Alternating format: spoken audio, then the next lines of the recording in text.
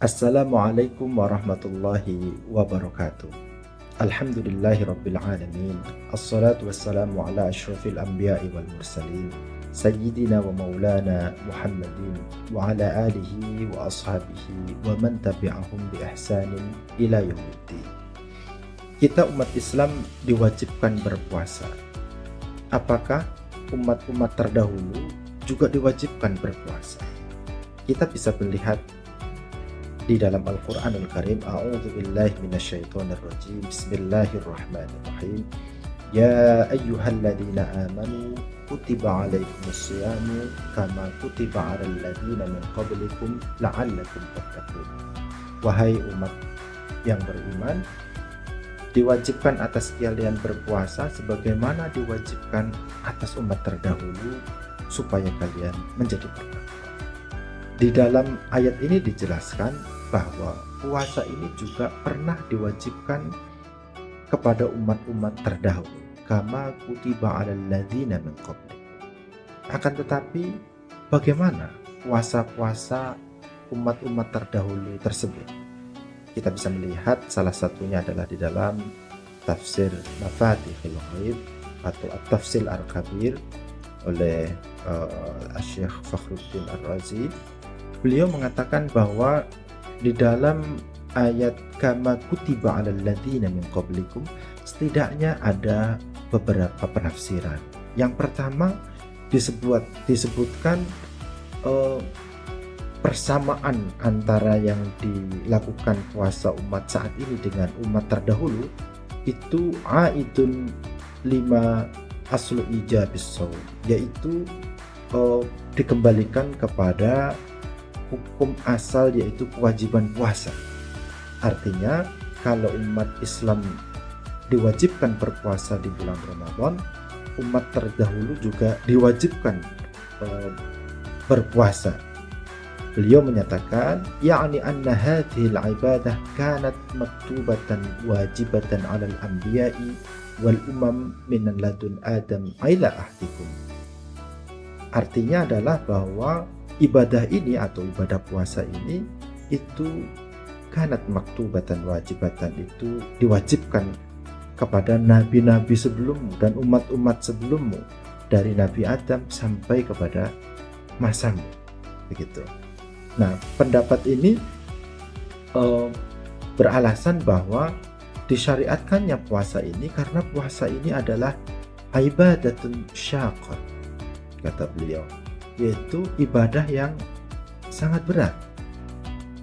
Wasyai'us syaqqah idza amma sahula tahammul. Dan ibadah sesuatu yang berat itu ketika diwajibkan secara umum itu akan menjadi lebih ringan dalam menjalankannya. Maka kemudian ketika puasa ini diwajibkan untuk semua umat Islam di bulan Ramadan, maka saat itu semua umat Islam menjalankan puasa.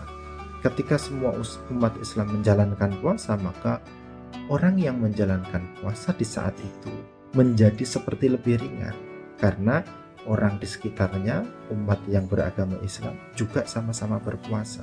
Jadi ini adalah tafsir yang pertama, bahwa at-tashbih atau persamaan itu adalah dalam hal kewajibannya. Itu lima asal ijabis shaum, yaitu dikembalikan kepada kewajiban shaum. Kemudian beliau juga menjelaskan, Imam Fakhruddin Ar-Razi di dalam kitab Mafatihul Ghaibnya ini, bahwa ada pendapat juga itu ila waqti shaumi wa ila qadrihi, bahwa persamaan itu dikembalikan kepada waktu puasanya, waktu puasa dan kadar ketika dia menjalankan puasa. Nah, ini beliau mengomentari kalau persamaannya ini sama dengan umat Islam, artinya sama-sama puasa Ramadan, saat itu waktunya juga Ramadan, kemudian kadar puasanya mulai tulu'il fajr, mulai subuh sampai maghrib dengan meninggalkan makan minum dan hubungan seksual, itu juga umat-umat terdahulu juga seperti itu. Nah, menurut beliau persamaan yang seperti itu menyamakan persis apa syariat umat Islam sebagaimana yang ada saat ini dengan syariat umat terdahulu dalam hal puasa menurut beliau adalah dhaif wa hadza dhaifun. Ini adalah pendapat yang lemah. Karena apa? Karena di anna tashbih asy-syai' bisyai' la yaqtadi istiwa'ahuma fi amrin minal umur. Karena membandingkan antara satu kewajiban, satu ibadat dengan kewajiban yang lain dengan umat-umat terdahulu itu tidak harus sama, apple to apple. Artinya tidak harus bahwa waktunya sama, syariatnya, tata caranya sama, dan yang lain sebagainya. Nah, beliau lebih mendetailkan tentang hal ini. Ini bisa ditelisik dengan apa yang dilakukan oleh umat Yahudi dan umat Nasrani. Beliau menjelaskan bahwa puasa orang Yahudi awalnya pendapat yang pertama itu mengatakan bahwa puasa mereka itu sama seperti puasa umat Islam, yaitu diwajibkan puasa di bulan Ramadan, itu sebulan penuh juga. Akan tetapi kemudian mereka mengubah puasanya itu menjadi satu tahun ini hanya sekali saja, yaitu sehari, yaitu di bulan Ashura, ya, di bulan Ashura, yaitu mereka mengatakan bahwa di bulan Ashura ini mereka mencoba untuk merefleksikan apa yang dilakukan oleh Nabi Musa, yaitu menenggelamkan Fir'aun. Za'mu annahu yawma ghariqa fihi Fir'aun. Mereka menganggap bahwa di hari ini itu adalah hari ditenggelamkan Fir'aun. Makanya kemudian mereka memperingatinya dengan melakukan puasa. Kadzabu bihi, mereka tentu saja mendustakan hal itu, bahwa itulah yang kemudian puasa hari Asyura yang kemudian oleh Sayyidina Nabiuna Muhammad SAW juga disunnahkan kepada umat Islam untuk menjalankan puasanya. Nahnu ahaqqu bi Musa, bahwa kami umat Islam itu lebih berhak untuk menjalankan apa yang disyariatkan oleh Nabi Allah Musa kalau betul-betul itu dijalankan di Yaumul Ashura. Jadi ada tahrif, ada pembelokan syariat oleh umat Yahudi ketika disyariatkan untuk puasa di bulan Ramadan 1 bulan penuh, kemudian diubahnya menjadi 1 tahun hanya sekali, yaitu di Yaumul Ashura. Ini pendapat pertama menurut Imam Fakhruddin Ar-Razi dalam tafsirnya. Kemudian sedangkan terkait dengan umat Nasrani ini juga oleh beliau dijelaskan bahwa ini juga mempunyai kewajiban yang sama, menjalankan puasa di bulan Ramadan awalnya. Nah, kemudian mereka menggantinya ketika puasa di bulan Ramadan ini bertepatan dengan musim yang sangat panas, begitu. Amman nasara fa innahum shamu Ramadan fasadafu fihi al-har asy-syadid fahawaluhu ila waqtin la yataghayyar. Karena perhitungan Ramadan ini dengan qamariyah bisa saja itu akan nyenggol, akan bertepatan dengan musim-musim panas, karena dia tidak tetap di satu waktu. Maka kemudian kalau pas waktu musim panas mereka sangat berat sekali, maka kemudian mereka mengubahnya di musim yang mereka tidak terlalu berat, yaitu tidak pada musim panas.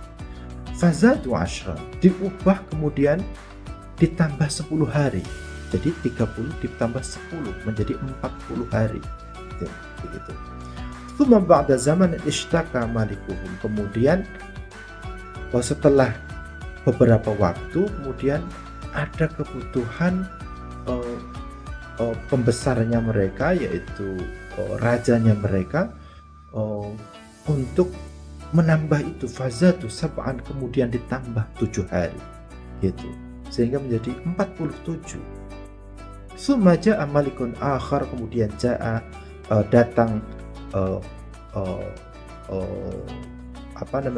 raja yang lain, kemudian fa'atammahu khamsina yauman, kemudian disempurnakan menjadi 50 hari. Maka puasanya orang Nasrani adalah 50 hari.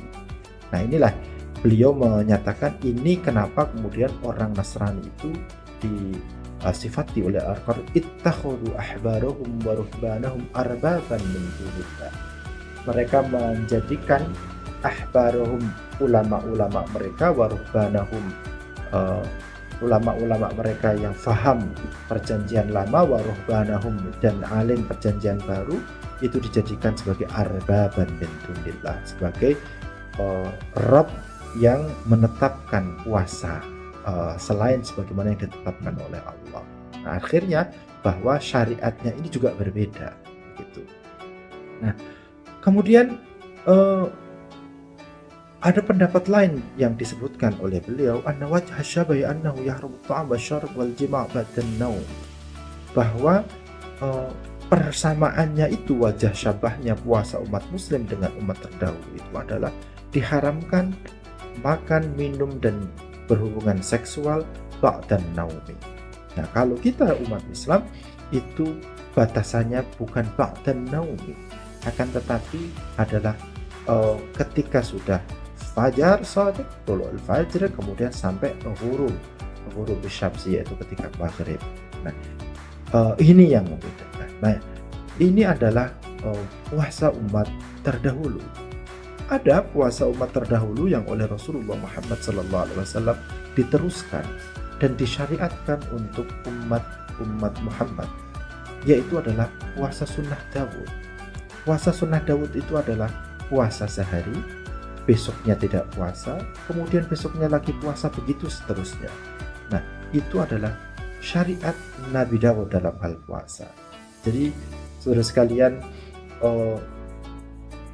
puasa ini bukan hanya disyariatkan, diwajibkan kepada umat Muhammad SAW, akan tetapi juga sudah diwajibkan kepada umat-umat terdahulu. Akan tetapi waktu, kadarnya, dan tata caranya, syariatnya itu tentu berbeda-beda antara umat yang saat ini ada dengan umat terdahulu, umat Muhammad, umat Islam dengan umat-umat terdahulu, sebagaimana yang dijelaskan di dalam tafsir Mafatihul Ghaib oleh Imam Fakhruddin Ar-Razi. Kurang lebih demikian. Terima kasih. Aqulu qouli hadza wa astaghfirullah li wa lakum. Wassalamualaikum warahmatullahi wabarakatuh.